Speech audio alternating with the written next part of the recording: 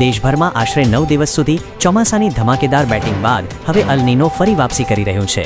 હવામાન વિભાગના અંદાજ મુજબ લો પ્રેશર સિસ્ટમ નબળી પડતા 10 જુલાઈથી 15 જુલાઈ વચ્ચે ઉત્તર, પશ્ચિમ અને મધ્ય ભારતમાં વરસાદ પર લાંબો બ્રેક લાગશે। શરૂઆતી સારા વરસાદ છતાં જુલાઈમાં સામાન્ય કરતાં ઓછો એટલે કે સરેરાશના માત્ર 94% જ વરસાદ થવાની સંભાવના છે।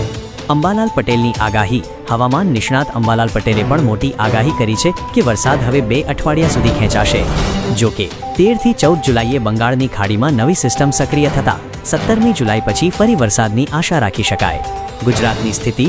ગુજરાત પરથી પણ વરસાદી વાદળો ગાયબ થઈ રહ્યા છે। સૌરાષ્ટ્ર કચ્છમાં હવામાન મુખ્યત્વે સૂકું રહેશે। અમદાવાદ, ગાંધીનગર અને વડોદરા સહિત ઉત્તર મધ્ય ગુજરાતમાં માત્ર વાદળછાયું વાતાવરણ રહેશે, જ્યારે દક્ષિણ ગુજરાતમાં પણ 12થી 13 જુલાઈથી વરસાદની તીવ્રતા ઘટી જશે। ખેતી પર સંકટ। આ લાંબા વિરામથી ખરીફ પાક પર મોટું સંકટ ઘેરાયું છે। જૂન મહિના સુધીમાં ડાંગર, કપાસ અને કઠોળનું વાવેતર ગયા વર્ષ કરતાં પહેલેથી જ 23% ઓછું થયું છે, ત્યારે વરસાદ ખેંચાતા ખેડૂતોની ચિંતા વધી ગઈ છે। ચોમાસા પર અલ નીનોનો આ ખતરો સપ્ટેમ્બર મહિના સુધી હાવી રહી શકે છે।